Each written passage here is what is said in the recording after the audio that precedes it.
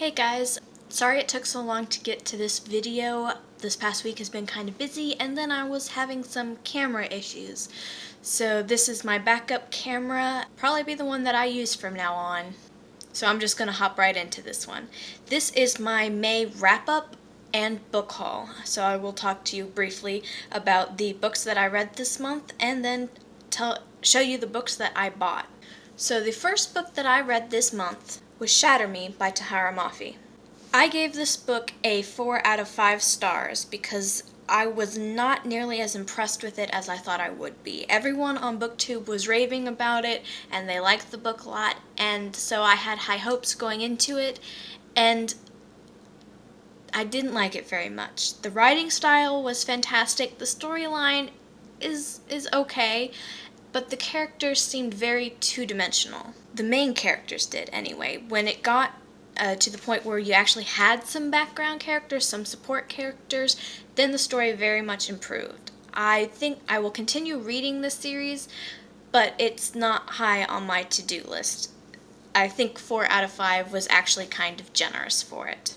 The second book that I read this month was Daughter of Smoke and Bone by Laini Taylor. I loved this book. This was a fantastic book, and I've already finished reading the second one. I am just waiting on the third book to become available through my library. It is a story where just because it's angels versus chimera, technically, not demons, but angels versus chimera, it is still not a story about good versus evil, just race versus race. Really, it's a great story. The characters are amazing and the writing style is perfect, and it's really great. The main character, Karu, is a strong female character who deals with what she's given the best way that she can. I read book 3 because Ariel Bissett of Ariel Bissett decided to make May month of mermaids. And when she decided that, I walked into my Walmart and I found a new book on the shelf that was mermaids. So I picked it up. That book is Deep Blue by Jennifer Donnelly. I only gave Deep Blue a 3.5 out of 5 stars. The writing style was decent, the characters were okay, but this book was quite a bit more childish than I had been expecting. One of the ways that it redeemed itself was that it reminded me of the Dragons of Del Tor books that I had picked up when I was in, I believe, late middle school, early high school. In that there is a prophecy that is a poem that they follow, and the clues are in poems, and I did like that. Its biggest fault, I think, other than being a fairly immature reading level, is I'm not entirely certain the writer would understand the way things would work when you're underwater. One instance is that the princess needs help dismounting her underwater horse, and you don't really need assistance when you're in the water to get off of a horse because you just do it. Height and gravity work differently in water, and that was just part of what was off in the story. Book number 4 that I read is Bloodlines by Rochelle Mead. I didn't like this book quite as much as I liked the Vampire Academy series. I kind of miss Rose. Other than that, it was a fantastic book. It had a great storyline, even if there are so many connections in there that I had the book figured out halfway through. I enjoy books like that every once in a while because I like seeing how smart I am and reading where the plot line is going. I gave Bloodlines a 4.5 out of 5 stars. It was great, and I'm already on to the next book. The 5th and final book that I read for the month of May was Prospera's Children. I had this book on my shelf for a few months, and I picked it up also because of Mermaid May. You can see it has this very lovely, creepy mermaid on the cover. I also gave it a 3.5 out of 5 stars. It has different reasons for having the same rating as my other mermaid book. The writing style was very pretty and fluid and kind of old-timey. Not quite Pride and Prejudice, but had more in common with Pride and Prejudice than most modern-day stuff that I read, as far as the writing style goes. But it was a present-day book. It takes place probably about the time that it was written, around 2000, so it's modern day, but with that old-time writing style, left me just a little bit confused on the time that it was happening. Also, it is an adult novel. She does end up having sex in it, so it can't fit into the teen section, but the main character in the story is only 16, and she is helped out most often by her younger brother, who I believe was around 12. I had higher hopes for this book because it's a story about Atlantis.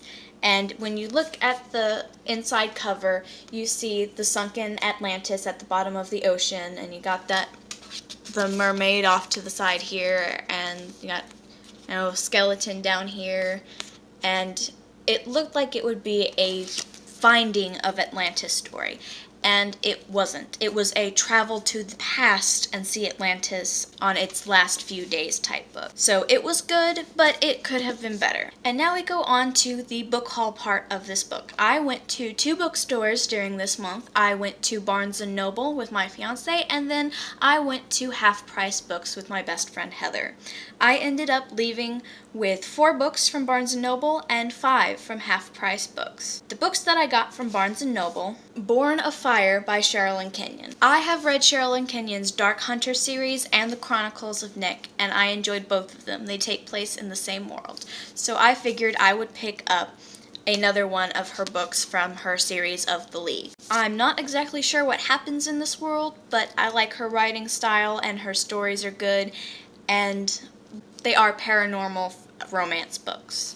The second book that I bought at Barnes & Noble is Legacy of Kings by C.S. Friedman. This is book 3 of the Magistrate trilogy, which is a book series that I picked up during high school, I believe. I loved it, and I can't wait to get to book 3. I also picked up City of Fallen Angels by Cassandra Clare, which is a book that I have already read yet, but I had not added it to my collection, so here it is. The fourth and final book that I bought from Barnes & Noble is Throne of Glass by Sarah J. Maas. A few of the other booktubers have been singing praises about this series, and when it's a book about assassins, it's hard for me to resist because assassins end up being my favorite characters in stories with assassins. So I will read this and see how it is. Now for the books that I got from Half Price Books. The first book that I picked up from Half Price Books. The first book that I got is The Dark Hills Divide by Patrick Carman. I picked this up because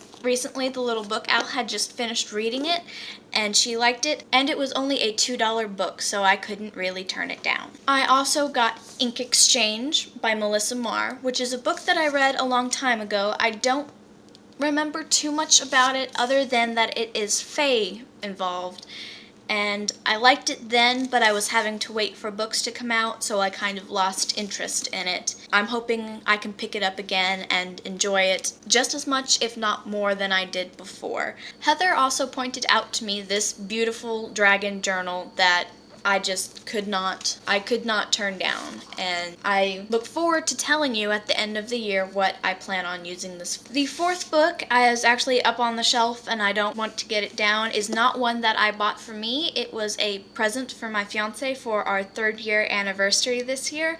It was a hardback copy of the second book in the Dies the Fire series, The Protector's War by S.M. Sterling. The 5th and final book that I bought this month, is my favorite. I saved the best for last because I found a 50th year anniversary edition of A Wrinkle in Time by Madeleine L'Engle. A teacher read this to me when I was in either the 2nd or 3rd grade, and I absolutely fell in love with it, mostly because the main character's name is Meg. I have read this book several times over since I first read it, and I have liked it just as much every time since. And this book is even more gorgeous when it's naked. Alright, that's all I have for this video. Again, I am sorry about how late I left it, since it is just a wrap-up for last month.